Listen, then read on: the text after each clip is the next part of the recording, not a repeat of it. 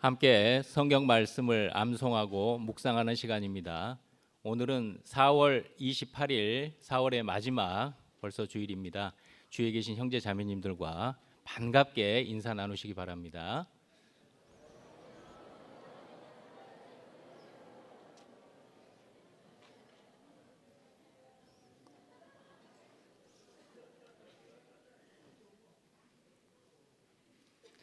네, 그리고 오늘도 광고 한 가지 드리겠습니다. 가지고 계신 휴대폰 말씀에 방해가 되지 않도록 전원을 꺼주시거나 무음으로 해주시면 감사하겠습니다.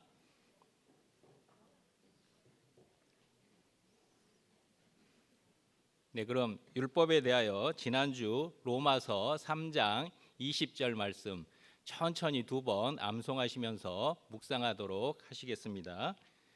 그러므로 율법의 행위로 그의 앞에 의롭다 하심을 얻을 육체가 없나니 율법으로는 죄를 깨달음이니라. 로마서 3장 20절 말씀. 그러므로 율법의 행위로 그의 앞에 의롭다 하심을 얻을 육체가 없나니 율법으로는 죄를 깨달음이니라. 로마서 3장 20절 말씀. 이번 주도 갈라디아서 5장 4절 말씀 율법에 대하여 천천히 두 번 암송하시면서 묵상하시겠습니다. 율법 안에서 의롭다 함을 얻으려 하는 너희는 그리스도에게서 끊어지고 은혜에서 떨어진 자로다. 갈라디아서 5장 4절 말씀. 율법 안에서 의롭다 함을 얻으려 하는 너희는 그리스도에게서 끊어지고 은혜에서 떨어진 자로다. 갈라디아서 5장 4절 말씀. 다음 주는 속죄에 대하여 출애굽기 12장 13절 말씀 성경책이나 소식지를 보시고 천천히 두 번 읽으시면서 묵상하도록 하시겠습니다.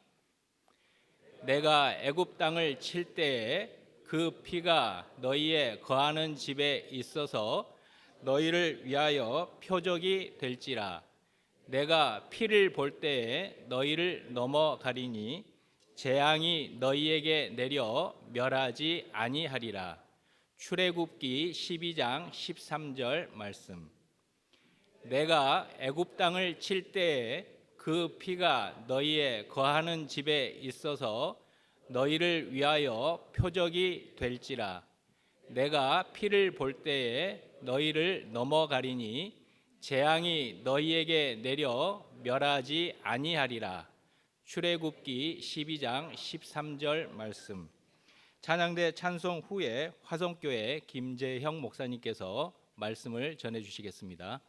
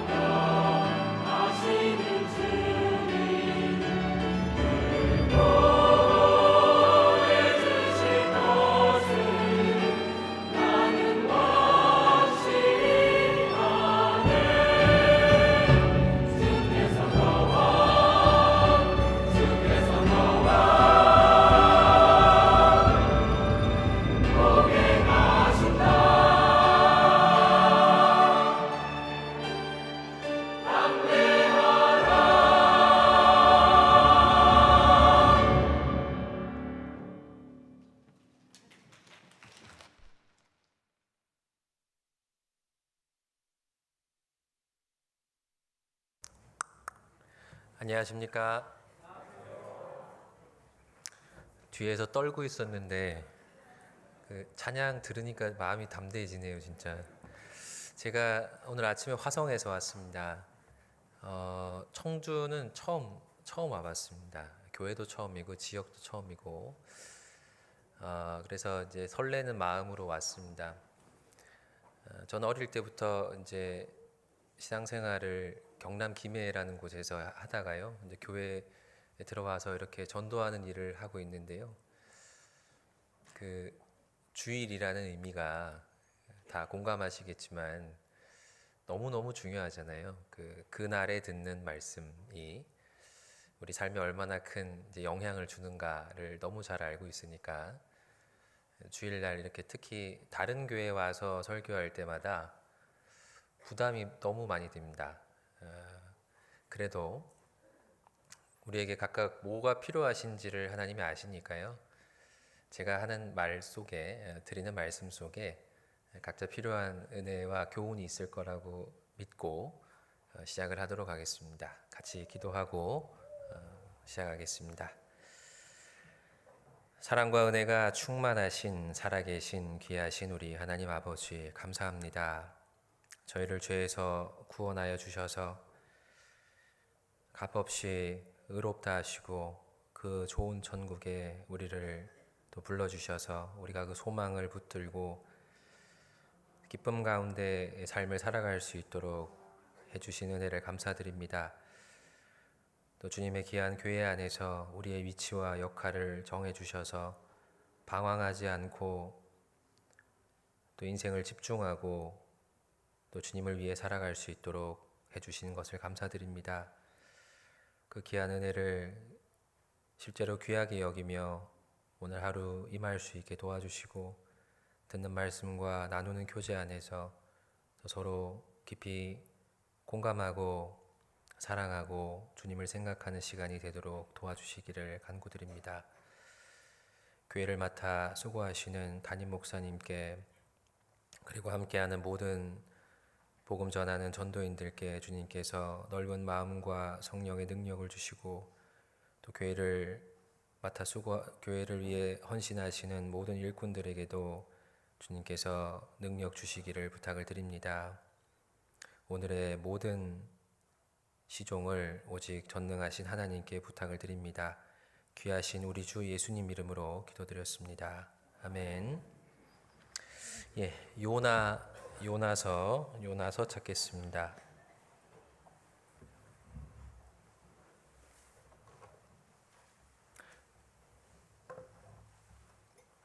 1장 1절 2절을 찾겠습니다.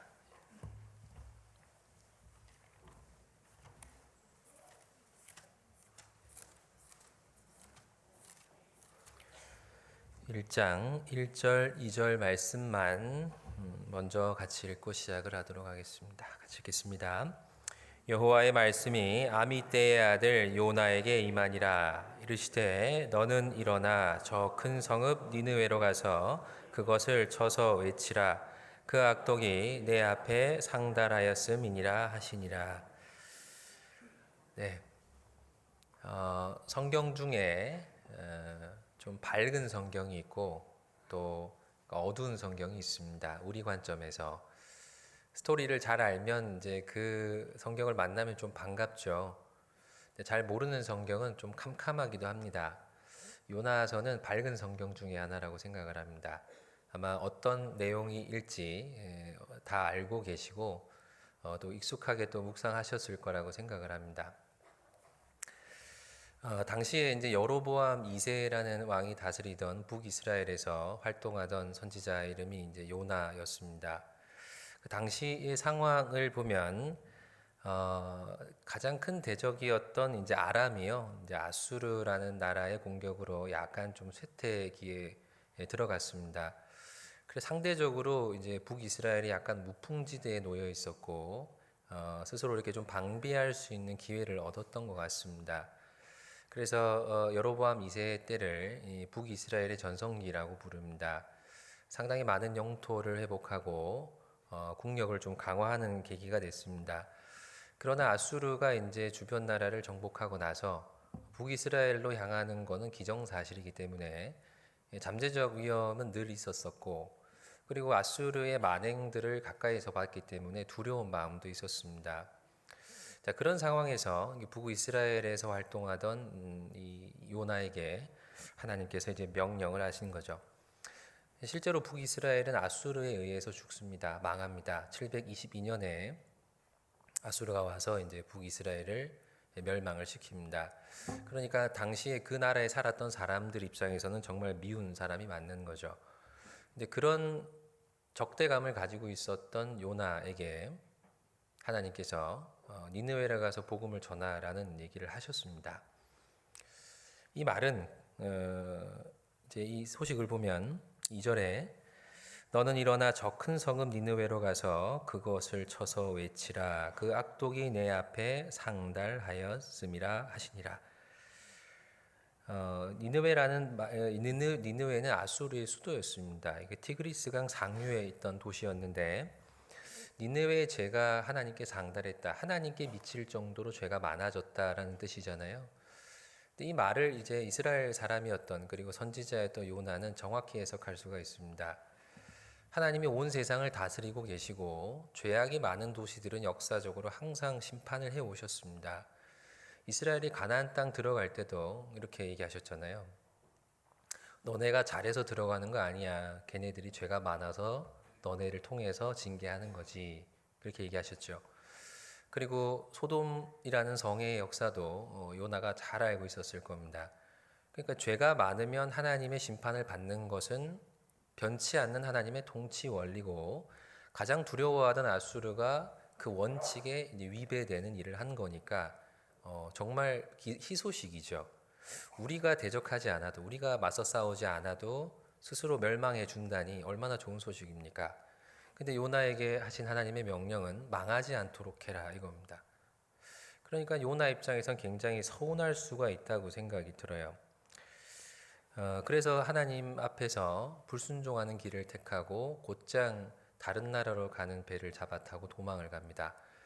그래서 우리가 마음속에 물론 제 혼자 생각일 수도 있지만 엘리야, 모세, 바울 그러면 굉장히 이렇게 넘어가지 못하는 큰 사람처럼 생각이 드는데 요나 그러면 그래도 조금 만만한 생각은 들어요. 이런 사람이라도 있으니까 우리가 위로를 받지. 근데 곰곰이 생각을 하면서 들었던 이제 생각은요. 요나는 우리보다는 훨씬 더 나은 사람입니다. 말씀드리는 중에 이제 제가 그런 부분은 또 설명을 드리겠습니다. 이스라엘 입장에서는 굉장히 반가운 소식인데 하나님이 그걸 하지 말라고 하니까 그 말을 이제 곱게 들을 수가 없는 겁니다.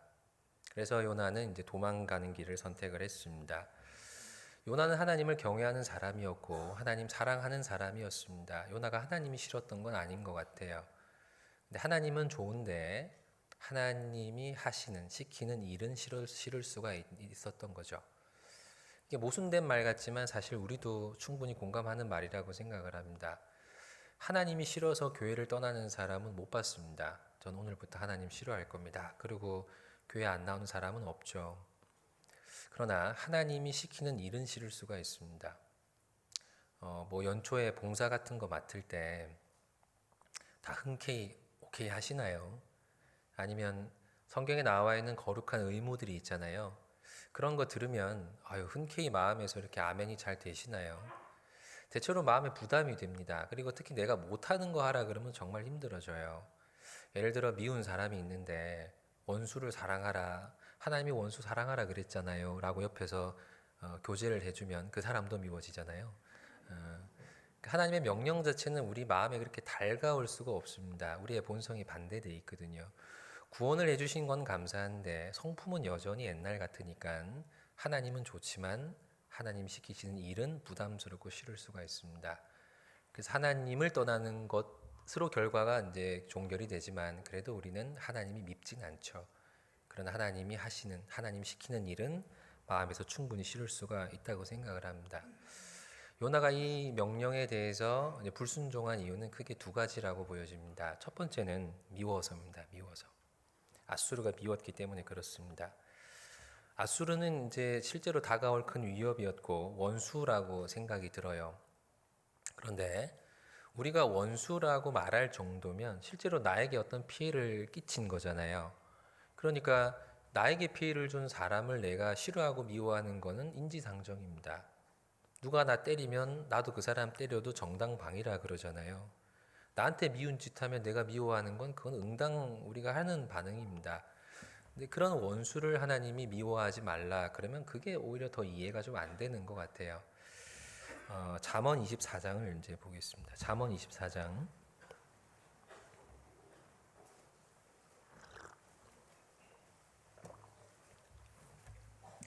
17절 18절 24장 17절 18절 두 절을 같이 읽겠습니다. 내 원수가 넘어질 때에 즐거워하지 말며 그가 엎드러질 때에 마음에 기뻐하지 말라. 여호와께서 이것을 보시고 기뻐 아니하사 그 진노를 그에게서 옮기실까 두려우니라. 원수가 넘어지면 즐거워요. 축구하다가 상대편이 자책골 넣으면 즐겁잖아요. 고맙잖아요. 스스로 자멸해주면 참 고마운 게 원수인데 그걸 즐거워하지 마라 그랬습니다. 왜 그럴까? 나에게는 원수지만 하나님께는 원수가 아니거든요. 그러니까 그렇게 생각하는 것이 하나님 볼 땐 죄가 될 수 있습니다. 악인이 멸망하는 거 기뻐하지 마라. 제가 아이 둘이 있거든요. 9살, 7살 된 남자아이 둘이 있습니다. 자주 다투진 않은데 가끔 다퉈요. 가끔 한 명이 쪼로로 뛰어와서 저에게 고발을 합니다. 아빠, 형 좀 혼내주세요. 왜? 그러면 자기한테 잘못했대요. 그러면 조금 그 고발 소식을 들은 큰애가 또 뛰어와요. 아빠, 동생 혼내주세요. 그거 왜요? 왜? 그러면 걔도 잘못했답니다. 자기한테. 그럼 저 누구를 혼내야 됩니까? 딜레마에 빠지는데요. 둘 다 혼내기가 어려워요. 물론 객관적으로 잘못한 사실이 있으면 이제 훈육을 해야겠지만 한 사람에게 한 사람은 원수인데 지금 아버지는 누구의 편도 들 수가 없습니다. 둘 다 아들이잖아요. 요나는 전체적으로 그런 관점에서 이해를 좀 하면 좋겠습니다. 하나님은 원수를 사랑하라 그런 이유가 뭘까? 내 감정과 내 마음의 분노를 이해 못하는 게 아니라 그 원수도 하나님 볼 때는 구원받아야 될 사람이라 그래요. 내가 원수로 여겨서 미워하지만 그 사람도 하나님의 사랑의 범위에서 벗어난 사람이 아니기 때문에 우리가 그 사람을 미워하는 것이 하나님 마음과 일치하지 않아서 그런 겁니다. 그래서 니느웨의 멸망 소식이 요나에게는 희소식이지만 하나님 보실 때는 슬픈 소식이죠. 하나님의 원칙은 변경될 수 없습니다. 다른 민족에게 좀 이렇게 다르게 적용될 수가 없어요. 모든 민족에게 똑같이 적용되는 게 법칙입니다. 근데 하나님이 건지고 싶은 사람들이 스스로 죄악의 길로 빠져들어가서 죽어간다는 것은 하나님 볼 때는 참 슬픈 소식이죠. 그 누군가가 그걸 일깨워 줄 사람이 있다면 마땅히 보내서 그걸 일깨워 주려고 할 겁니다. 그 일을 맡은 사람이 요나였는데 요나가 도망을 쳐버렸습니다. 마지막에 하나님께서 요나를 설득할 때 그런 얘기 하잖아요. 네가 박넝쿨도 이렇게 아끼는데 이 성읍에 얼마나 많은 육축과 사람이 있느냐. 내가 마땅히 아끼는 것이 그게 합당치 아니하냐라고 했을 때 그 뒤에 요나의 대사가 없잖아요. 그러니까 아마 수긍했을 거라고 생각이 듭니다. 모두가 하나님이 지으신 사람입니다. 구원받아야 될 사람이고 그리고 하나님 볼 때는 전부 다 용서받을 자격이 있는 사람들입니다. 유대인들은 특별히 그 배타적인 이 민족관을 가지고 있었잖아요. 우리 민족만 인간이고 다른 민족은 사람이지만 사람이 아닌 것으로 생각을 했어요. 그러니까 하나님이 니느웨에 가서 전도하라는 말이 이방인이 느끼는 거부감보다 훨씬 컸습니다. 마치 우리 아버지가 내 편 안 들고 친구 편 들어주는 것처럼 큰 배신감 느꼈을 수도 있습니다. 저는 짐승 같은 인간들이 우리를 위협하고 있는데 하나님은 왜 우리 편 안 드십니까? 우리가 직접 원수를 갚겠다는 것도 아니고 쥐들이 좋아서 죄 짓고 망한다는 건데 왜 그걸 나보고 말리라 그럽니까? 차라리 다른 사람 보내지. 그런 마음이 들지 않았을까요? 그래서 요나는 이제 도망을 갔습니다. 미워서. 그리고 두 번째 이유를 잘 생각해 보니까 무서워서 도망쳤습니다. 아수르라는 나라가요. 보통 국가마다 일종의 특징들이 있습니다. 어떤 나라를 정복하면 유화 정책을 펼쳐서 그 국가의 자치권을 인정하고 종교도 인정해 주는 나라들이 있는가 하면 이런 거 저런 거 다 필요 없고 그냥 정복이 좋아서 이렇게 전쟁을 벌이는 국가들도 있거든요. 그러니까 아수르는 좀 후자에 속하는 국가였습니다. 그래서 역사적 기록을 보면 자기들이 했던 일을 기념비 이렇게 기록한 기록들이 있어요. 거기 보면 점령 국가의 국민들을 포로로 잡아서 혀를 뽑았다. 산채로. 그리고 가죽을 벗겼다. 근데 한 번에 벗긴 게 아니라 1cm씩 묶어놓고 벗겼답니다. 그러니까 죽을 때까지 이제 조금씩 벗긴 거죠. 가슴에 말뚝을 받고 그 치명적이지 않은 위치에 말뚝을 받고 죽을 때까지 지켜보기도 했고 눈을 뽑거나 손을 자르거나 귀나 코를 자르기도 했다 그럽니다. 그리고 어린아이들은 살아있는 채로 불에 태우고 도시는 아예 불태웠다 그래요. 근데 지금 이스라엘을 위협하던 주변 국가들이 지금 그 일을 당하고 있잖아요. 그럼 그 소식은 거의 실시간으로 이제 북이스라엘에 전해지겠죠. 그러니까 참 무서웠을 것 같아요. 근데 그런 나라에 가서 외치라 한 겁니다. 너네 망한다. 너네 죄가 많아서 하나님이 너네 벌 줄 거래. 그 말을 곧이 들을 거라고 믿을 수가 없습니다. 아수르도 자기들의 신이 있거든요. 그리고 유대 국가나 이제 이 이스라엘이나 그 특징들이 죄를 지을 때는 그 올바른 말 듣기 싫어했어요. 그래서 에레미야가 남유다의 멸망 당시에 활동했던 선지자인데 그 죄를 고발할 때 에레미야를 옥에 가두거나 구덩이에 던지거나 그랬습니다. 너 좋은 말 좀 해라. 그런 듣기 싫은 말 좀 하지 마라. 그렇게 이제 권고를 했잖아요. 듣기 싫어했습니다. 자기 민족도 하나님에 대한 공감대가 있는 민족도 하나님 말 듣기 싫어했는데 우상 섬기는 아수르가 요나의 말을 고지 들을 일이 없죠. 그리고 거기 갔다가 죄를 신랄하게 책망하면 살까요? 죽을까요? 죽을 확률이 몇 프로나 될까요? 아마 100%될 겁니다. 우리도 이제 전도 앞두고 이렇게 전도 대상을 물색하잖아요. 그럼 대체로 위험하지 않은 사람을 선택을 합니다. 가까운 사람, 친한 사람, 그래도 내 말을 좀 들어줄 것 같은 사람. 저도 직장 다니면서 전도할 때 이번엔 누굴 데려갈까? 그러면 주로 제 반경 안에 있는 사람, 아래 위로 가까운 사람들 데려갔지. 회장님을 전도해야겠다. 사장한테 가봐야겠다. 그런 생각은 해본 적이 없어요. 무서운 사람들이 있습니다. 한 번은 제가 직장 상사한테 이제 전도해야겠다. 저분이 좀 공고해 보인다는 생각은 충동적으로 해서 기도 부탁을 해버렸어요. 말을 안 할 수가 없잖아요. 제정신 차리고 나니까 무서운 거예요. 그래서 그래도 결심했으니 전해야겠다. 제가 보통 이제 후배들이나 이제 동기들한테 전도할 때는 야, 다음 주 시간 되냐? 가자. 이렇게 좀 담대하게 얘기를 했거든요. 근데 상사 앞에서 전도할 때는 말이 더듬어지더라고요. 저기 다 다음 주에 시간 있으세요? 그 두 번 말하기 참 어려웠습니다. 아니 없어. 그러니까 예 알겠습니다 하고 물러나게 되더라고요. 무서운 사람이 있습니다. 전도하기에. 그런 사람은 무서워서 가까이 가기가 참 어렵죠. 잡혀서 죽을지도 모르는 상황이니까 더더욱 가기 싫었을 겁니다. 그런 건 참 우리 모두가 이렇게 두려워하는 상황이죠. 밉거나 무서워서 도망을 쳤습니다. 불순종했습니다. 곰곰이 읽다 보니 이제 들었던 결론이 있습니다. 불순종은 참 자연스럽다. 순종의 의지가 필요한 거지 불순종이라는 건 참 자연스러운 거예요.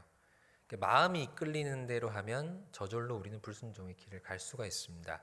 하기 싫은 거 안 하고 하고 싶은 거 하고 무서우면 피하고 싫으면 안 해버리면 그게 불순종이죠. 그리고 그 행위에는 전부 나름의 명분이 있습니다. 싫어서 안 했어요. 무서워서 안 했어요. 어려워서 안 했어요. 그러나 그게 불순종이라는 걸 우리는 잘 생각 못하는 것 같습니다. 순종에는 의지가 필요한 거예요. 내가 가지고 있는 생각이나 또 불쑥 이게 떠오르는 반응들을 잠재워야 되니까 순종이라는 것 자체가 진짜 어렵습니다. 그래서 우리는 날마다 순종을 배우려고 하는 거죠. 근데 요나는 선지자였습니다. 다른 사람은 불순종해도 되지만 요나는 하면 안 되죠. 선지자라는 사람은 일종의 직분입니다. 선지자라는 것은 일종의 직분이잖아요. 선지자가 누굴까? 선지자를 뭐라고 좀 정의할 수 있을까? 좀 곰곰이 생각해 보니까 하나님의 마음을 가진 사람 이렇게 좀 하면 가장 그 의미에 부합하는 것 같습니다. 하나님이 애타는 마음이 있는데 그 백성들은 다 모르고 있잖아요. 그러니까 그 마음을 그대로 전달해 줄 사람이 필요한 거예요. 그래서 먼저 하나님의 뜻을 보이고 그 선지자가 백성들에게 그대로 하나님을 소개하는 그 일을 하는 사람이 선지자입니다. 근데 그 사람이 전도를 거부했습니다. 하나님이 전하라고 하는 그 마음을 거부해 버렸어요. 그리고 도망을 가면 니느웨 사람들은 하나님 마음을 절대 알 수가 없습니다. 전해주는 사람이 없으니까. 그렇게 된 요나의 삶이 뒤에 어떻게 됐는지 여러분 잘 아실 겁니다. 물론 최종이 아니라 그 중간 과정을. 누구나 이건 이제 구약 시대에는 특별한 사람이 전도를 했다고 하지만 지금은 우리가 모두 똑같은 직분을 가졌죠. 모든 성도가 복음을 전해야 되는 그 의무를 가지고 있습니다. 근데 그 목적을 상실한 사람의 삶이 어떤가? 구약 시대에도 선지자 중에서도 그리고 백성의 지도자 중에서도 그 본래의 목적을 잊어버리고 나름대로 그냥 자기 인생을 산 사람들의 결말이 성경에 많이 나와 있습니다. 그 중에 대표적인 사람은 열왕기상 13장에 나오는 베델에 살던 늙은 선지자 한 명이 있습니다. 하나님이 10지파를 북이스라엘에게 할당해 주셨고 여로보암이라는 왕이 첫 번째 왕이 됐습니다. 근데 남유다에 있는 성전이 하나 있거든요. 그래서 하나님이 성전에서만 제사를 지내라고 하셨으니까 성전 제사를 위해서는 내려가야 됩니다. 근데 분단이 됐는데 자꾸 내려가면 마음이 나중에 그 정통성 있는 왕가에 이렇게 넘어갈 수가 있잖아요. 그걸 두려워했습니다. 정권을 지키기 위해서 백성들의 신앙을 타락시켰어요. 베델과 단에 금송아지를 세우고 그까지 갈 필요가 없다. 거기는 하나 있는데 우린 두 개나 있다. 북쪽에 있는 사람은 위에서, 남쪽에 있는 사람은 밑에서 지내면 된다. 그래서 우상 숭배를 이렇게 권장했습니다. 그걸 누군가가 책망을 해야 되는데 가까운 곳에 선지자 하나가 있었습니다. 자기가 살던 지역에 단이 세워졌고 그 지역에 선지자가 있었어요. 근데 가만히 있었습니다. 늙은 선지자 하나가 있었습니다. 자기 아들과. 그래서 남유다에 있는 젊은 선지자 한 명을 파견했죠. 그리고 그 일을 책망하게 했습니다. 근데 그 자기의 임무를 잘 마치고 가던 젊은 선지자를 유혹해서 결국 죽게 만들었잖아요. 그래서 우리가 그 선지자라는 이름은 가졌지만 도대체 이 사람이 왜 선지자인가 하는 의문을 읽을 때마다 가질 수밖에 없어요. 아마 처음부터 그랬던 건 아닌 것 같습니다. 이 늙었다라는 표현이 아마 변질됐다라는 의미로 이해도 될 것 같아요. 그리고 이스라엘에는 사사라고 불리는 사람들이 있었습니다. 사사기에 총 12명의 사사가 나오는데 우리가 이름만 대면 아는 사사가 있죠. 삼손. 그러면 삼손의 스토리는 아마 뭐 한두 가지씩 다 얘기할 수 있을 것 같아요. 기드온, 그래도 이제 대강 그 머릿속에 떠오르는 이미지들이 있잖아요. 이 사람은 어떠십니까? 입산. 누구지? 이런 생각이 드시죠? 이분이 했던 업적이 있습니다. 사사기 12장 8절 9절.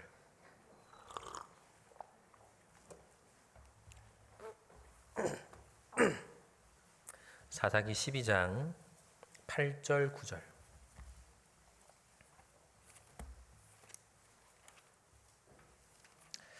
두 절 읽어볼까요?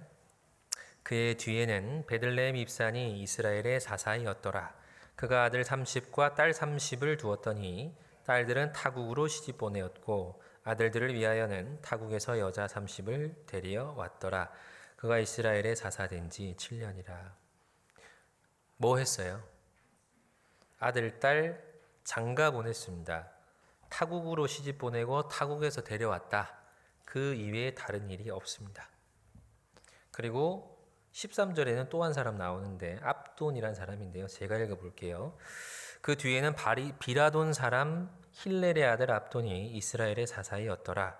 그에게 아들 40과 손자 30이 있어서 어린 낙이 70피를 탔었더라. 압돈이 이스라엘의 사사가 된 지 8년이라. 이분은 뭐 하셨습니까? 아들 40명, 손자 30명 있었는데 다 낙이 한 필씩 줬다. 그게 다예요. 자녀 교육 열심히 한 겁니다. 그러니까 이분이 왜 사사야? 이런 생각이 읽으면서 들죠. 하나님이 모든 사람을 다 이유가 있어 세웠는데 그 이유를 충분히 이해하지 못하고 자기의 삶에만 몰두한 사람들을 굳이 적어놓은 이유가 뭘까? 우리도 그럴 수 있으니까 그렇습니다. 우리가 가진 역할과 이름들이 사소하지 않은데 우리도 아들 잘 키우고 딸 잘 키우고 잘 먹고 잘 사는 일에 집중하고 살면 나중에 우리의 삶이 그렇게 기록될 수 있을 거라고 생각이 듭니다. 하나님이 선지자들을 이스라엘의 파수꾼으로 세웠습니다. 전부 다 성루에 올라서 누가 쳐들어오는가 안 오는가 잘 보고 누가 쳐들어오면 소리를 질러 외치라고 했는데 짖지 않고 외치지 않고 알리지 않는 사람을 벙어리게 그랬습니다. 소경이요 벙어리게라, 보고도 말하지 않는 것. 그런 삶을 살아갈 수가 있을 거라고 생각이 들어요.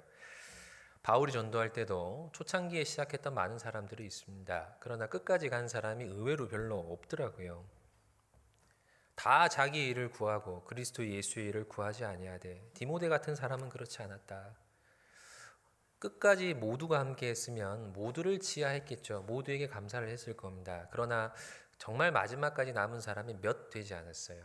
그래서 그 몇 명에 대한 감사의 표시가 바울 서신 후반부에 보면 많이 나옵니다. 디모데후서 4장 16절에는 내가 처음 변명할 때에 나와 함께한 자가 하나도 없고 다 나를 버렸으나, 다 나를 버렸다. 정말 몇 명 안 남아 있었습니다. 누구나 처음부터 그러진 않을 거예요. 그러나 선지자로서 살다가 특별히 어려운 명령에 불순종했던 요나처럼 우리도 처음부터는 그러진 않겠죠. 포기하다 하다가 도무지 좀 이렇게 포기하지 못하는 구간이 오면 거기선 망설여집니다. 구원받고 처음에 뭔가 큰 것들 버리는 건 참 쉬워요. 주말에 원래 나 놀러 다니다가 교재 나오는 거, 그거는 그렇게 어렵지 않은 것 같습니다.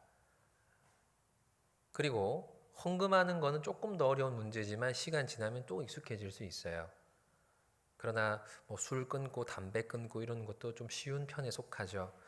그러나 점점점 과제는 어려워집니다. 자존심도 굽혀야 되고 그동안 살아왔던 삶의 원칙도 말씀과 비교했을 때 아니라면 버릴 수 있어야 됩니다. 점점점 어려워집니다. 그래서 신앙생활 하면 할수록 참 어렵다는 생각이 들어요. 내가 거기를 못 넘어가면 나는 거기서 멈추고 갈등하게 돼요. 근데 사람은 기본적으로 갈등을 싫어합니다. 갈등을 빨리 해소하고 싶어 해요. 지금 하나님의 말씀에 순종하냐 안 하냐로 갈등하고 있으면 우리 선택은 둘 중에 하나밖에 없습니다. 갈등을 불러일으키는 하나님 말씀에 귀를 닫든지 내 자신을 바꾸든지. 근데 내가 내 생각을 버리고 삶의 방식을 바꾸는 건 진짜 어렵거든요. 그러니까 대체로 거기서 그냥 멈춰 있는 거죠. 답보 상태에 있습니다. 그래서 어느 구간에 이렇게 좀 신앙을 이렇게 척도를 딱 정해가지고 정량화할 수는 없지만 어느 구간에 이렇게 모여 있다는 생각이 들 때가 있습니다. 어느 구간에 이렇게 정체되어 있구나. 그리고 거기를 뚫고 가는 사람이 몇 되지 않는구나라는 생각이 저도 신앙생활 하면서 늘 듭니다. 그리고 저도 가다가 멈칫합니다. 어디까지 하나님이 나에게 원하실까? 하나님 어디까지 제가 해야 됩니까? 그런 생각이 들 때가 종종 있어요. 그런 하나님이 원하는 것이 뭔지 아니까 정말 마음에 어려움이 생깁니다. 우리도 다 그런 갈등 가운데 살아가고 있을 거라고 생각을 합니다. 근데 누구도 하나님의 어떤 명령에서 하나님이 이래서 예외일 수는 없어요. 우리 모두는 하나님의 선한 일을 위하여 지으심을 받았다고 했으니까요. 누구도 그 의무로부터 예외일 수 있는 사람은 없습니다. 그러나 복음을 전하는 명령을 듣지 않고 우리 인생만 생각하고 살아가는 사람들의 삶은 하나님 앞에서 그렇게 기억되는 것이 없을 거라고 생각이 듭니다. 가능한 우리는 내가 가지고 있는 모든 걸 다 동원해서 순종하고 복음 전하는 데 힘써야 됩니다. 시간, 물질, 재능, 체력, 가능한 많은 것들을 영원한 걸 위해서 써야 됩니다. 여호와의 말씀은 순결하여 영원까지 이르고, 말씀이 영원히 있다는 의미인데 말씀에 근거한 삶도 영원까지 이릅니다. 원래 인생은 풀과 같고 꽃과 같아서 세상 끝나면 같이 끝나는 건데요. 영원한 것에 실려 있는 것들은 영원히 가잖아요. 그러니까 내가 가지고 있는 이 한정된 것들을 어떻게 영원히 남길까를 고민한다면 영원한 것에 투자하고 영원한 것을 위해 쓰는 것이 그게 지혜롭다고 생각을 합니다. 그러나 그렇게 하지 않았을 때의 삶이 어떻게 보면 좀 편할 것 같지만 사실 그게 참 어려운 삶입니다. 오늘 제목을 제가 중심이라고 이제 정해봤는데요. 왜 중심이라고 정했는가? 그 목적을 잃고 목적에 부합하지 않는 삶을 살고 자기를 위해 살면 구원받지 않은 사람이라면 편하지만요. 구원받은 사람은 오히려 불편합니다. 요나서 2장을 좀 찾아보겠습니다. 요나서 2장 1절.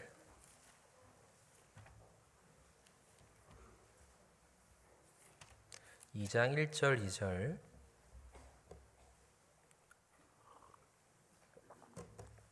두 절만 같이 읽어보겠습니다. 요나가 물고기 뱃속에서 그 하나님 여호와께 기도하여 가로되 내가 받는 고난을 인하여 여호와께 불러 아뢰었사옵더니 주께서 내게 대답하셨고 내가 스올의 뱃속에서 부르짖었사옵더니 주께서 나의 음성을 들으셨나이다. 요나가 아시는 것처럼 물고기 뱃속에 들어가 버렸습니다. 그리고 그곳을 스올이라고 표현했습니다. 그 스올이라는 말은 음부를 의미하는 이제 히브리어입니다. 구약 시대에 극한의 고통을 표현할 때 다 스올이라 그랬습니다. 우리가 너무 이렇게 막 괴로우면 지옥 같다 그러잖아요. 근데 그런 표현을 쓴 거예요. 살았으나 죽은 것과 같은 고통 가운데 있었다. 그런 의미입니다. 요나가 사실 바닷속에 던져질 때만 해도 죽을 각오하고 던져졌을 겁니다. 나 이제 죽었다. 눈 뜨면은 하나님 보겠지 그랬는데 눈 뜨니까는 물고기 뱃속이잖아요. 그러니까 빛이 하나도 없고 그 뭔가 그 불쾌한 온도와 습도 그리고 끊임없이 뭔가 이렇게 뒤섞여지는 그 안에서 이렇게 있었던 거니까 그 3일 내내 있었던 그 모든 시간이 진짜 지옥 같았을 겁니다. 그리고 내가 왜 여기 왔을까를 생각했겠죠. 우리도 어떤 어려움이 생기면 인과관계를 재빨리 파악해 보려고 합니다. 왜 내가 이렇게 어려울까? 근데 거슬러 가보면 우리가 발견하는 사소한 이유도 있지만 대체로 내가 잘못한 것들이 떠오릅니다. 그때 그것 때문에 내가 지금 이렇게 어려움을 당하고 있구나. 그러니까 요나가 지금 스올에 있는 이유가 불순종해서 그런 겁니다. 구원받고 신앙생활 하다가 교제에 돌아온 분들과 교제를 해보면 대체로 그런 간증하십니다. 마음이 편치 않았다 그래요. 우리가 홧김에 불순종할 수 있습니다. 안 해요. 싫어요. 하고 안 해버리면 마음이 편한가요? 너무너무 불편합니다. 오늘 너무 쉬고 싶었는데 갑자기 교회에서 봉사가 생겼어요. 근데 다른 사람은 다 쉬는 거 아무도 몰라요. 그러면 이제 쉬어도 되잖아요. 그죠? 누가 비난할 사람은 없으니까. 내 양심이 압니다. 내가 나가야 될 자리에 안 나가고 앉아 있으면 몸보다 마음이 훨씬 불편합니다. 그러니까 우리는 그 마음의 불편함을 힘들어해서 사실은 우리가 알고 믿는 대로 행동할 때가 많죠. 하나님 뜻대로 살지 않고 하나님을 섬기며 살려고 하다 보면 마음의 불편함이 생깁니다. 고통이 있습니다. 그러니까 전도를 안 하고 순종하지 않고 교제 나오지 않고 거룩한 의무들을 다하지 않고 적당한 거리에서 명목상의 그리스도인으로 살아가는 것이 결코 편하지 않습니다. 근데 정말 각오하고 내가 하나님 위해 살아야겠다. 내 인생 주님 거다라고 마음 먹고 사는 분들은 어떠십니까? 갈등이 없습니다. 난 그냥 하나님 위해 살련다. 내 돈은 다 하나님 거다. 내 체력도 하나님 거다. 시간도 하나님 거다. 교회가 부르면 무조건 간다. 전도의 기회가 있으면 한다. 그런 원칙이 있으면 갈등될 일이 없죠. 근데 불순종하려면 머리를 많이 굴려야 됩니다. 사울이 아말렉을 진멸하라는 명령을 받고 다 안 죽였잖아요. 근데 진멸하라 그러면 쉬워요. 여기 있는 거 싹 다 버리시면 됩니다. 그러면 깔끔하게 치우면 되잖아요. 근데 까다로운 기준을 주고 이건 버려도 되고 이건 버리면 안 돼요. 그러면 이제 좀 복잡해집니다. 사울이 자기에게 귀한 걸 남기려고 기준을 정했을 겁니다. 어디까지는 좋은 거고 어디까지는 안 좋은 거야. 그걸 또 교육해야 되잖아요. 혼자 다 할 수 없으니까 복잡해집니다. 우리가 적극적으로 순종하려는 마음의 각오가 없으면 계산이 복잡해집니다. 그러나 정말 순종하려는 마음이 있으면 복잡한 마음은 없어요. 몸이 좀 힘들 뿐이죠. 요나의 셈도 복잡했습니다. 명령을 받기 전까지 미처 몰랐지만 자기 안에 그런 선이 명확히 있다는 걸 그때 알게 된 거죠. 우리도 마음에 이제 어떤 시험이 되는 순간들이 옵니다. 거기가 우리 한계입니다. 하나님 한계를 왜 발견하게 하셨을까요? 넘어가라는 겁니다. 확장시키라는 거예요. 하나님이 생각하는 그 범위까지 우리를 자꾸 확장시키려는 게 하나님의 의도입니다. 그래서 그때가 순종하고 배울 수 있는 기회라고 생각하면 좋을 것 같습니다. 시편 107편을 한번 찾아보겠습니다. 시편 107편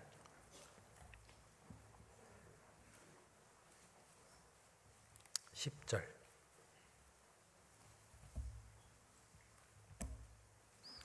107편 10절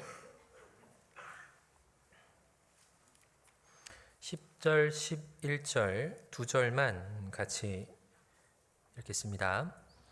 사람이 흑암과 사망의 그늘에 앉으며 곤고와 쇠사슬에 매임은 하나님의 말씀을 거역하며 지존자의 뜻을 멸시함이라.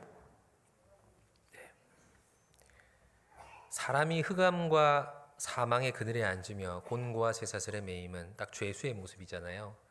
왜 인간이 죄인이 돼서 죄의 종이 되었나? 그 하나님의 뜻을 멸시해서 그런 겁니다.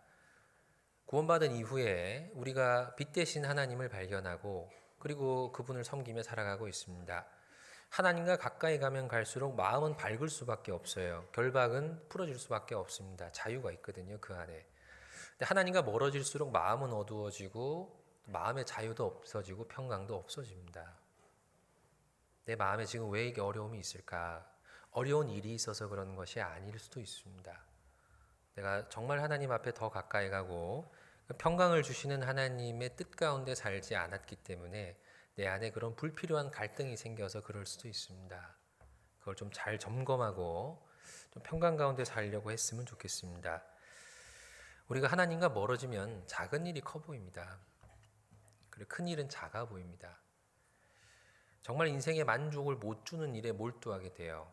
그리고 그 만족을 줄 수 없는 일에 몰두한 결과로 전혀 만족스럽지 않은 결과를 얻으며 살아갑니다.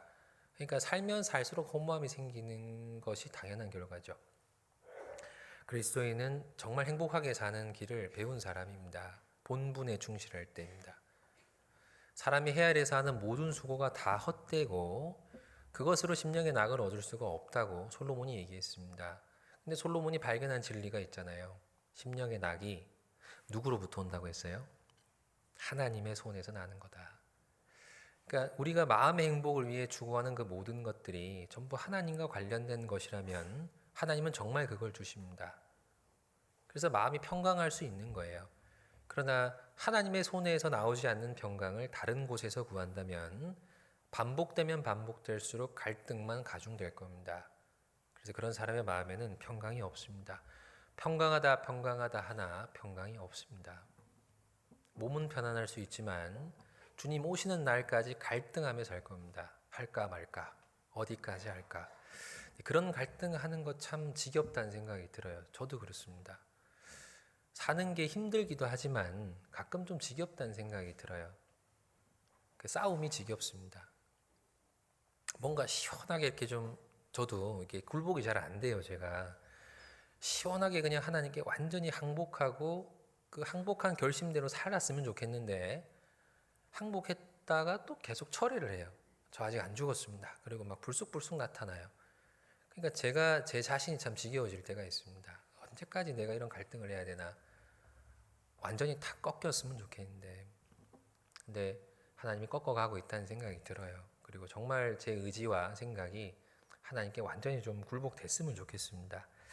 그리고 그렇게 살아보니 그렇게 살 때가 제일 좋았습니다. 제일 행복하고 신앙생활 잘할 때가 제일 행복했습니다. 그 문제가 그렇게 문제같이 안 여겨졌던 것 같아요. 근데 믿음이 약해지면 내가 작게 봤던 것들이 전부 다 커 보이더라고요. 그러니까 그런 이유 때문에 또 신앙을 멀리하게 됩니다. 지금 그걸 할 때가 아니라는 생각이 들죠.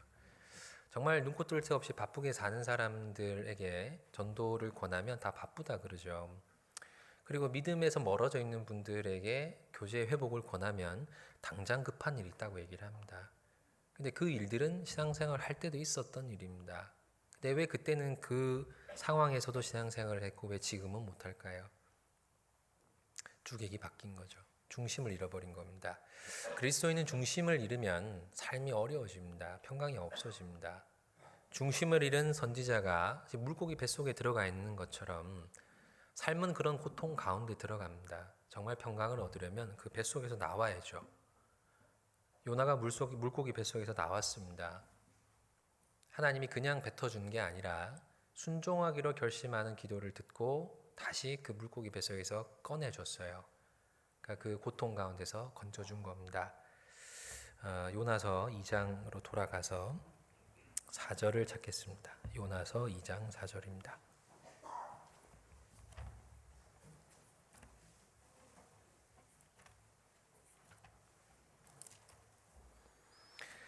(2장 4절) 같이 읽습니다.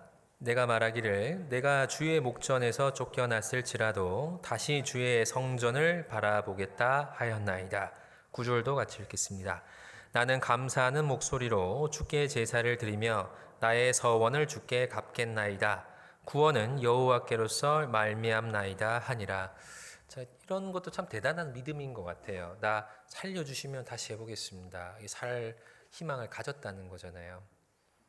그래서 하나님 앞에 순종하겠다고 기회 주시면 다시 순종하겠다고 결심했더니 물고기가 요나를 육지에 다시 토했습니다.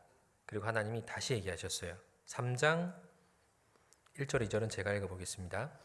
일어나 저 큰 여호와의 말씀이 두 번째 요나에게 임하니라. 이르시되 일어나 저 큰 성읍 니느웨로 가서 내가 내게 명한 바를 그들에게 선포하라 하신지라. 두 번째 요나에게 말씀이 임했습니다. 근데 내용을 보셔요. 일어나 저 큰 성읍 니느웨로 가서 선포하라. 첫 번째 명령과 두 번째 명령의 차이점이 있나요? 없습니다. 명령은 똑같습니다. 근데 그때 불순종했던 것을 지금 다시 하게 된 거예요. 그러니까 불순종하면 과제가 넘어가는 게 아니라 보류되는 겁니다. 빨리 고난을 극복하는 방법은 순종해서 빨리 넘어가는 것밖에 없습니다. 요나는 고생 정말 많이 하고 다시 그 명령을 받았습니다.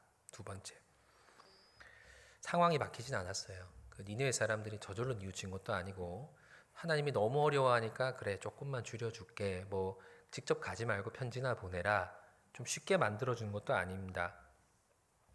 변한 게 아무것도 없습니다. 딱 한 가지 변했죠. 뭐가 바뀌었나요? 요나의 마음이 바뀌었습니다. 요나의 마음이 바뀌었습니다.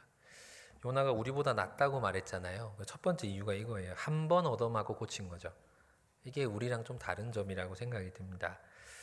요나의 마음이 바뀌었습니다. 고난받고 나서. 근데 구체적으로 이제 어떤 마음에서 변화가 생겼을까? 이것도 크게 두 가지라고 보는데, 첫 번째는 아수르보다 하나님이 훨씬 무섭구나.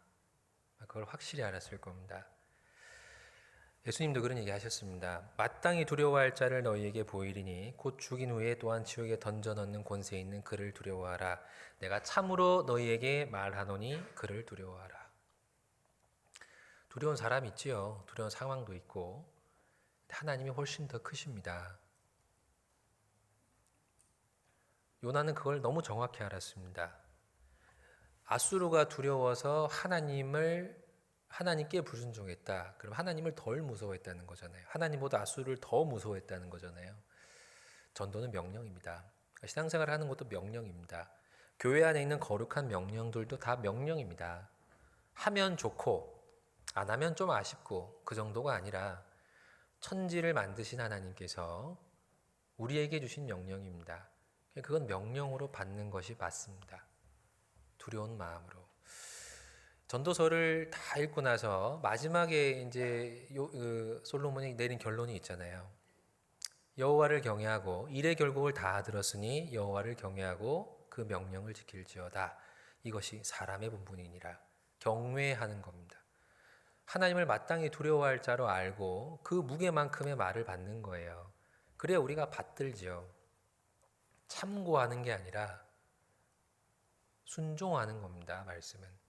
내 생각과 다르면 조정하는 게 아니라 내 생각을 철회하는 겁니다. 그게 말씀의 본질이라고 생각합니다. 그래서 요나의 의견은 있었지만 여전히 미웠죠. 그러나 자기 의견은 있었지만 하나님 의견에 따라서 순종했던 것은 하나님이 더 크고 무서운 분이라는 걸 깨달아서 그렇습니다. 그리고 두 번째 이유는 하나님이 살려줄 것을 믿었다고 생각합니다. 물고기 뱃속에서 살 확률과 니느웨에서 살 확률 중에 어느 게 높을까요? 니느웨가 높죠. 거기 사람이 있잖아요. 물고기 뱃속에 들어가면 거의 100% 죽는 건데 살았죠. 공교롭게도 물고기 뱃속에 3일 있었고 니느웨도 3일 길입니다. 그러니까 아마 그거 깨달았을 거예요. 너 3일 내내 내가 지켜줄게. 근데 하루만 했습니다. 어쨌든 세상 사람은 여전히 악해요. 우리가 전도하려고 이제 기도하는 내용 중에 하나님 그 사람 마음 바꿔주세요. 그런 기도 많이 하잖아요. 그래서 이제 전도 계획하고 만나기 전에 그런 기도하고 나갑니다. 그냥 그 사람 마음이 바뀌어 있던가요? 거의 똑같습니다. 그냥 뭐 안 바뀌어 있어요. 그럼 내 기도가 헛된가 이런 생각도 막 들잖아요. 사실은 저절로 바뀌지는 않습니다.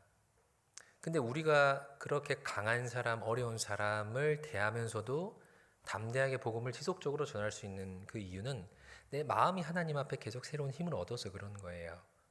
두렵더라도 하나님이 지켜주니까, 그 사람보다 하나님이 강하니까 하나님이 지켜주실 거다. 저도 신앙생활 짧게 하면서 느낀 점은 하나님이 상황을 크게 바꾸지 않는다는 거예요. 나를 둘러싼 많은 환경들이 있는데 사람이 됐든 상황이 됐든 그걸 극적으로 바꿔서 나를 돕지는 않는 것 같아요. 그냥 그걸 내가 겪어내는 나의 태도와 마음을 바꿔서 잘 지나가게 하시는 거지, 주변 상황을 조정하시는 걸 많이 보지를 못했습니다.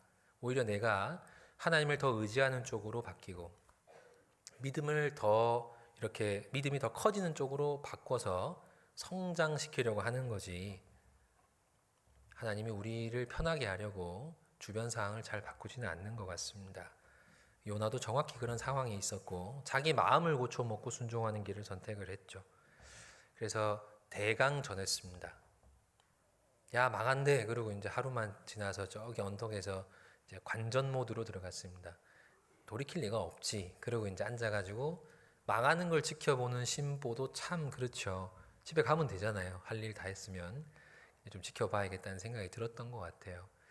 근데 우리가 아는 것처럼 요나가 앉아있는 자리에 박넝쿨이 났습니다. 그러니까 역시 하나님 날 도와주는구나. 그늘에 앉아가지고 보는데 없어졌잖아요, 박넝쿨이. 그리고 니네 사람들도 회개를 해버렸습니다. 순종은 했지만 결과가 너무 원하지 않는 결과가 됐어요. 그러니까 마음이 100% 바뀌지 않았다는 걸 우리가 알 수 있습니다. 요나 4장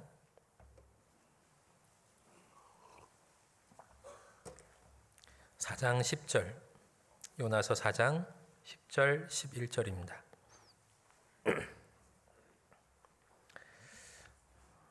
4장 10절 11절 같이 읽어보겠습니다. 여호와께서 가라사대 내가 수고도 아니하였고 배양도 아니하였고 하룻밤에 났다가 하룻밤에 망한 이 박넝쿨을 내가 아꼈거든. 하물며 이 큰 성읍 니느웨에는 좌우를 분변치 못하는 자가 12만여 명이요 육축도 많이 있나니 내가 아끼는 것이 어찌 합당치 아니하냐. 요나는 의무감 갖고 했습니다. 사랑하는 마음은 전혀 없었어요. 의무감 가지고 했습니다. 근데 그것도 괜찮아요.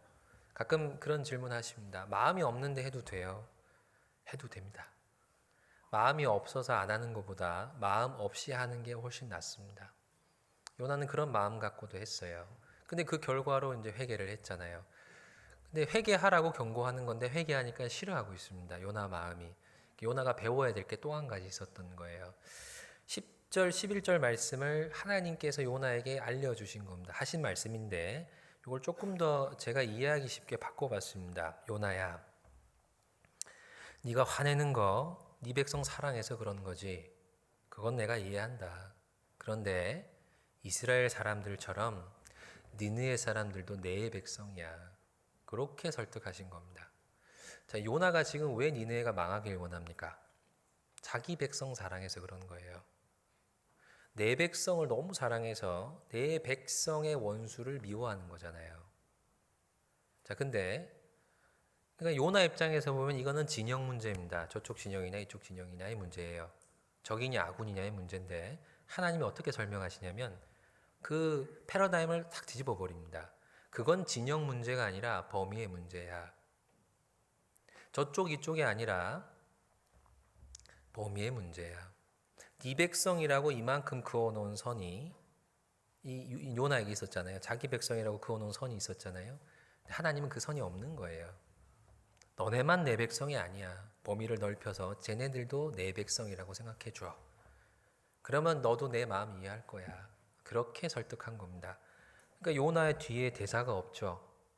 아마 이제 할 말이 없었을 거라고 생각이 듭니다. 뭐 그렇다고 단숨에 그런 마음이 생겼을 거라고 생각도 들지 않습니다. 그러나 이게 하나님 마음인 건 분명해요. 이게 요나가 우리랑 다른 점 중에 또 하나예요. 요나는 적어도 자기 백성은 사랑했습니다. 자기 백성 중에 원수는 없었습니다. 그 죄가 많았던 북이스라엘의 사람들이 요나에게 다 우호적이었을까요? 그랬을 리가 없잖아요. 근데 그래도 그는 자기 민족 사랑했습니다. 적어도 자기 민족은 다 이렇게 좋아하는 마음이 있었습니다. 우리는 어떻습니까? 교회에 원수가 없습니까? 정말 우리를 어렵게 하는 사람 중에 이방인도 있지만 교회 안에 있는 사람들도 우리가 가끔 원수라고 생각하는 경우들이 있잖아요. 교회에서 상담하다 보면 제일 많은 주제가 누구 미워서 오시는 거예요.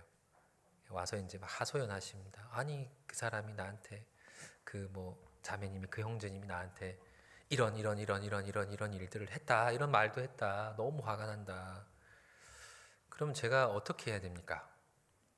그때가 제일 당황스럽습니다. 같이 욕을 할 수도 없고 그렇게 생각하시면 안 되죠. 이렇게 또 할 수도 없잖아요. 제 마음은 그렇습니다. 서로 이해를 좀 했으면 좋겠어요. 서로 약점이 있으니까 잘 달래서 이렇게 돌려보내는 것 외에는 방법이 없습니다. 교회 안에도 우리는 내 적이라고 생각하는 사람들이 있잖아요. 적어도 요나는 그렇게 생각은 하지는 않았다는 거예요. 그렇다고 해도 같은 논리로 한번 우리에게 적용을 해봤을 때 내가 지금 좀 싫어하고 어려워하고 꺼려하고 그런 사람들이 진영 문제는 아니라는 겁니다. 범위죠. 좋아하는 사람 있을 수 있고 별 관심 없는 사람이 있을 수 있고 싫어하는 사람이 있을 수 있지만 목표는 그 싫어하는 사람도 좋아지는 것까지 나아가는 겁니다. 그래서 우리에게는 어려운 명령들이 자꾸 주어지는 거라고 생각이 듭니다.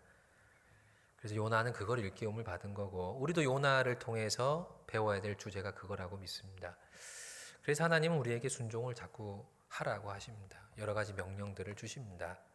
순종을 우리에게 요구하시는 가장 큰 이유는 우리에게 평강 주려고 하는 거예요. 평강 주려고. 예수님은 모든 사람을 다 사랑했습니다. 미운 사람이 없었습니다. 그래서 예수님은 모든 사람을 다 수용하셨죠. 자기를 이제 곧 팔아넘길 유다도 사랑하고 면전에서 부정할 부인할 베드로도 사랑했습니다. 그 표정에서도 전혀 내색하지 않았어요. 그 마음에도 미워하지 않았다는 뜻입니다. 그러니까 삶의 인간관계 때문에 갈등이 예수님은 전혀 없으셨을 거라고 생각을 합니다. 가끔 이런 이제 그 얘기를 들을 때가 있습니다. 예수님은 웃지 않았다. 정말 그럴까요? 웃었다는 얘기는 없잖아요, 그죠? 울었다는 얘기만 있으니까 예수님이 늘 울고 다닌 것처럼 좀 이렇게 이미지가 있는데 저는 그렇다고 생각하지는 않습니다. 예를 들어 제가 오늘 설교하다가 3번 울었다고 생각해 봅시다. 그럼 이제 설교 끝나면 그런 얘기 하시겠죠. 오늘 오신 분 3번 울었어. 근데 제가 지금 설교하면서 몇 번 웃었잖아요. 몇 번 웃었어요? 모르시죠? 그러니까 우는 건 특별한 겁니다. 예수님께서 웃지 않았다면 돌아가시기 전날 이런 얘기했잖아요. 내가 이것을 너희에게 이르면 내 기쁨이 너희 안에 있어 너희 기쁨을 충만케 하려 함이라. 기쁘다. 기쁜 표정이 없었으면 제자들이 의아했을 겁니다. 예수님이요? 기쁘다고요? 그렇지 않았거든요. 어린아이들도 이제 안아주시라고 안아주라고 이렇게 다가왔잖아요. 어린아이들이 외모 많이 보는 거 아시죠? 애들이 예쁘고 잘생긴 거 기가 막히게 합니다. 예수님이 못생겼다고 성경에 나와 있잖아요. 근데 아이들이 이제 안아주세요 하고 달려가는 건 그만큼 인상이 좋았다는 겁니다. 예수님 마음에 왜 그렇게 평강이 있으셨을까? 미운 사람이 없어서요. 미운 사람이 없습니다. 그러면 누구나 다 이렇게 받아들일 수 있으니까 마음이 얼마나 평강이 있겠습니까? 저는 그 마음을 좀 배우고 싶어요. 저도 미운 사람이 있거든요. 네. 뭐 계속 미운 사람은 없고요. 가끔 미워지는 사람이 있습니다. 어떤 일을 겪으면 일시적으로 그 사람이 좀 미워지죠. 특히 뭐 세 부류인 것 같아요. 좋아하는 사람, 좋아하지도 싫어하지도 않는 사람, 그리고 별로 안 좋아하는 사람, 이렇게 나뉘잖아요.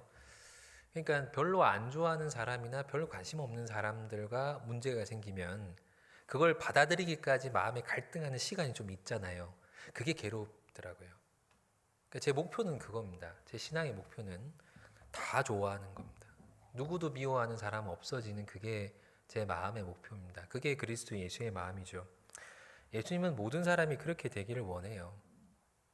하나님이 우리를 다 사랑해서 교회 안에 받아들인 것처럼 우리도 서로를 좀 그렇게 사랑해서 다 받아주면 좋겠다. 사랑하면 아무 문제가 안 됩니다. 남들이 보면 정말 어떻게 저런 자식을 위해주고 도와주고 뭐 죄를 지었는데 수습해주고 왜 그러냐, 그냥 연을 끊어버리지. 제3자가 보면 그렇게 이해가 안 될 정도의 관계가 있습니다. 부모 자식 관계도. 근데 부모는 합니다. 왜요? 부모니까요. 사랑하니까요. 이유 중에 가장 큰 이유가 사랑입니다. 사랑하니까요. 저도 결혼하고 제 월급을 자매에게 다 줍니다. 저는 용돈 받았습니다. 다른 사람이 저한테 월급 주시오 매달, 그러면 저는 안 줘요. 내가 왜요? 그러겠죠. 근데 제가 자식들을 위해서 뭐 제가 쓸 거 안 쓰고 자매에게 제 월급을 압류당하는, 기꺼이 압류당하는 이유가 뭐냐? 사랑해서 그러는 거예요. 기꺼이 제 자발적으로 하는 겁니다. 그리고 그 사랑을 이유로 앞으로도 내가 가족을 위해 헌신하겠다는 결심을 지금도 하고 있습니다. 사랑은 가장 큰 이유가 돼요. 그러니까 우리가 미워할 이유, 뭐 마음이 안 맞을 이유, 갈등이 생길 이유, 뭐 이유는 너무 많죠. 그러나 그 모든 이유를 다 상쇄시키는 가장 중요한 이유 한 가지가 사랑입니다. 하나님이 그 사랑으로 우리를 받았으니까 우리도 그 사랑으로 좀 우리를 받아주면 얼마나 좋을까요? 그 마음을 좀 요나에게 가르쳐주고 싶으셨던 것 같아요. 요나는 그걸 계기로 아마 배웠을 거라고 믿습니다. 어떻게 하면 신앙이 성장할까 고민 많이 했습니다. 저도. 그래서 성경을 이렇게 묵상하다 보면 깨달아지는 게 있잖아요. 그래서 깨달았어. 그 마음이 이제 시원합니다. 근데 그게 이제 깨달아지는 게 많고 아는 게 많아지니까 마음이 좀 고상해지더라고요. 마음은. 신앙이 성장했다고 제가 생각을 했었는데 착각이었어요. 물론 아는 건 중요한데 습관이 되는 것은 반복적 훈련을 통해서입니다. 하나님이 우리를 어떻게 훈련시켜 나가고 어떻게 성장을 시켜 나갈까? 요나처럼 순종할 기회를 주는 겁니다. 머릿속으로 아무리 생각해도 훈련되지 않은 동작은 나올 수가 없어요. 순종 너무 하기 싫은데 순종을 하라 그러니까 하나님의 권위에 의해서 순종합니다. 근데 하다 보면 그 순종하라는 그 일 가운데 숨겨놓은 하나님의 마음이 배워집니다. 그래서 하라 그랬구나. 그리고 해보면 즐거워요. 하나님이 일 안에, 거룩한 의무 안에 고상한 즐거움을 숨겨놓으셨구나. 그래서 하라고 하셨구나. 그걸 알게 됩니다. 하나님이 험한 말 하지 말고 뭐 판단하는 말 하지 말고 뭐 그런 말 하지 말라고 성경에 나와 있으니까 정말 욕을 안 하고 나쁜 말 안 하려고 애를 쓰다 보면 정말 그런 말 안 하게 돼요. 그럼 그게 인격이 됩니다. 급한 상황에도 욕이 나오지 않습니다. 신앙은 다 인격의 성장입니다. 인격의 성장은 반복된 훈련을 통해서 나오는 거예요. 우리의 마음이 의무를 쫓아갈 수가 없어요. 근데 행동을 통해 습관이 되면 그 습관은 신앙적 인격이 돼요. 그러니까 우리는 내키지 않아도 순종하려는 의지가 필요한 겁니다. 요나가 정말 그런 마음을 배웠다면 아수라 아니라 더한 사람에게 보내도 편견 없이 갈등 없이 전도하러 갔을 겁니다. 하나님이 우리에게 순종하라 그럴 때는 그냥 내가 너 구원해 줬으니 너 그 정도는 해야지 그렇게 막 강요하는 게 아니라요. 고통 주려고 하는 것이 아니라 평강 가운데 살아가기 위해서 우리 안에 있는 경계를 허물도록 하시는 겁니다. 그 의도가 있는 거예요. 상황도 안 변합니다. 사람도 안 바뀝니다. 계속적인 과제는 인생 가운데 있어요. 인생은 고난을 위해 났기 때문에 그 누구도 예외일 수가 없습니다. 그럼 고난이 있으면 평강이 있을 수가 없잖아요. 구원받지 않은 사람들처럼 평생을 어두운 데서 먹으며 슬픔과 번뇌 속에 살아갈 수 없잖아요, 우리가.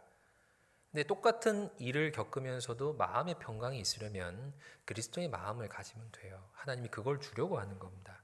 그러니까 우리를 위해서 순종하라고 명하시는 거라고 저는 정말 믿습니다. 그리고 배우면 배울수록 정말 마음에는 그리스도의 평강이 있습니다. 순종해 보면 그 상황을 넘어가는 마음의 즐거움이 생깁니다. 그것 때문에 우리에게 순종하는 거라고 믿습니다. 그리고 복음 전하는 것이 우리에게 너무나 중요하기 때문에요. 하나님이 마음의 그 경계를 허물도록 하기 위해서 순종을 요구하시는 거라고 믿습니다. 전도하다 보면 시간이 좀 지나면 전할 사람은 다 전해요. 몇 번씩 권하고 몇 번씩 들었습니다. 그래서 주위에 전도할 사람이 없을 때도 있어요. 근데 없는 게 아니라 전하고 싶지 않은 사람이 남아있는 거죠. 내가 정한 경계까지는 갔지만 그 이상은 내가 저기는 안 돼라고 그어놓은 그 선이 있잖아요. 근데 거기까지 가서 우리가 이제 갈등하는 거라고 생각을 합니다. 요나는 원래 자기의 사역의 범위가 북이스라엘로 한정되어 있었습니다. 그러나 하나님은 그 경계를 확장시키는 거죠. 아수르까지는 해라. 하나님께서 그 사도들에게 승천하실 때 하신 말씀이 있잖아요. 예루살렘과 사마리아, 온 유대와 사마리아와 땅끝까지 온 천하에 다니며 만민에게 복음을 전파하라. 그 이스라엘 입장에선 대단히 놀라운 말입니다. 아예 그 자기들이 갖고 있던 세계관을 허무는 말이에요. 그 넘어서 가라는 것은 자기들의 소유라고 생각했던, 우리 민족만의 소유라고 생각했던 하나님의 복음이 그 이방인에게 전해진다는 건 참 불쾌한 거거든요. 그래서 초창기 복음 전할 때도 거부감이 있었잖아요.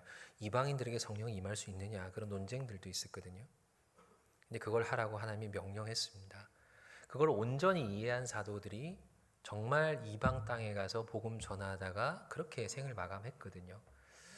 구원 받을 때 우리의 마음도 아마 이렇게 아주 좁은 경계가 있었을 겁니다. 시간이 가면 갈수록 사람들은 전부 개인화되죠. 그래서 자기 안에 갇힙니다. 나밖에 몰라요. 예전엔 이웃 아래 위로 누가 사는지, 옆집에 누가 사는지 다 아셨죠. 저도 나이 얼마 안 먹었지만 어릴 때는 옆집 사람, 옆집 사람, 옆집 사람도 알았어요. 아파트 살 때. 그래서 집에 그 부모님 안 계시면 옆집 문 두드렸습니다. 아줌마 엄마가 없어요. 그러면 들어와 그랬어요. 근데 요즘에 옆집 사람 잘 모르시죠? 점점 경계는 좁아져요. 그냥 내 마음, 내 사정, 내 형편 여기에 갇힐 수밖에 없습니다. 근데 구원받으면 나를 위해 살지를 못해요. 교회와 주님을 위해 살아야 됩니다. 그리고 더 나아가면 이웃을 위해 살아야죠. 하나님은 자꾸 경계를 허물게 하시는 것 같습니다. 하나님은 경계가 없거든요. 그래서 미운 사람도 원수도 다 찬송가에 그런 가사가 있잖아요. 친구로 변한다. 그런 마음까지 배우는 것이 우리의 신앙의 목표가 되어야 한다고 생각을 합니다. 하나님께서 십자가를 통해 원수된 것을 소멸하셨다. 그런 표현을 썼습니다. 우리가 하나님의 원수로 행했습니다. 근데 하나님이 그 십자가로 원수된 것을 소멸했어요. 원수를 친구 만드는 건 십자가밖에 없습니다. 그러니까 우리가 하나님에 대한 하나님께서 우리에게 주신 사랑이 마음에 너무 분명하면 우리에게 있어서의 원수도 우리에게도 친구가 될 수 있다고 믿습니다. 그렇게 한 명 한 명 점점점 이 내 안으로 받아들이는 노력을 해갈 때 우리는 가능한 많은 사람을 마음에 이렇게 수용하고 사랑하고 그 범위만큼 우리도 평강 가운데 살아갈 수가 있습니다. 그래서 신앙이 성장한 사람일수록 마음이 넓은 거예요. 신앙의 척도를 뭐라고 좀 생각하면 좋을까? 신앙 성장하고 싶은 사람 많잖아요. 신앙이 어떻게 하면 성장하는 걸까요? 교회 일에 익숙하면 신앙 생활 잘 하는 걸까요? 저도 이제 고향에만 살다가요. 이제 교회를 2번 옮겼습니다. 서울중앙교회 잠깐 있다가 화성교회 있는데 제가 김해라는 곳에서 잔뼈가 굵었어요. 그래서 완전 토박입니다. 어려운 게 아무것도 없었어요. 그냥 눈 감고도 일을 했습니다. 근데 교회를 옮기니까 내가 알던 게 아무 의미가 없더라고요. 교회마다 다 방식이 다르니까 교회 일을 잘한다는 것이 신앙일 수는 없겠다. 이건 그냥 경험이다. 경력이고. 말씀을 많이 아는 것도 그냥 지적 호기심만 있어도 많이 알 수 있게 됩니다. 뭐 깨닫고 행하는 건 별개의 문제지만 정말 신앙이라는 게 뭘까? 예수님처럼 되는 거죠.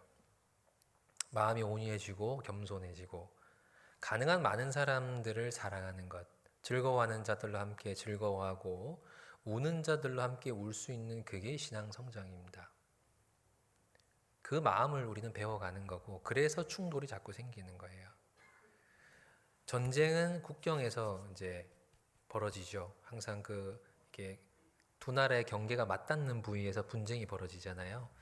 우리 마음의 경계가 있고 정복하지 못한 경계들이 있습니다. 거기서 전쟁이 늘 벌어집니다.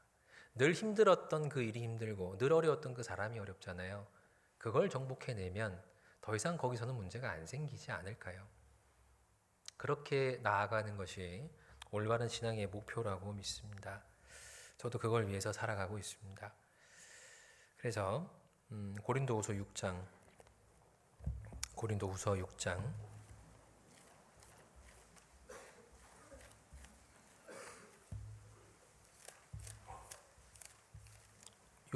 1절 고린도후서 6장 1절 같이 읽겠습니다. 우리가 하나님과 함께 일하는 자로서 너희를 권하노니 하나님의 은혜를 헛되이 받지 말라. 하나님과 함께 일하는 자로서 그 바울의 말입니다. 하나님의 마음을 갖고 하나님과 함께 일하는 자로서 하나님의 마음이 가 있는 곳에 기꺼이 그 마음을 갖고 갈 수 있는 사람이란 뜻이잖아요.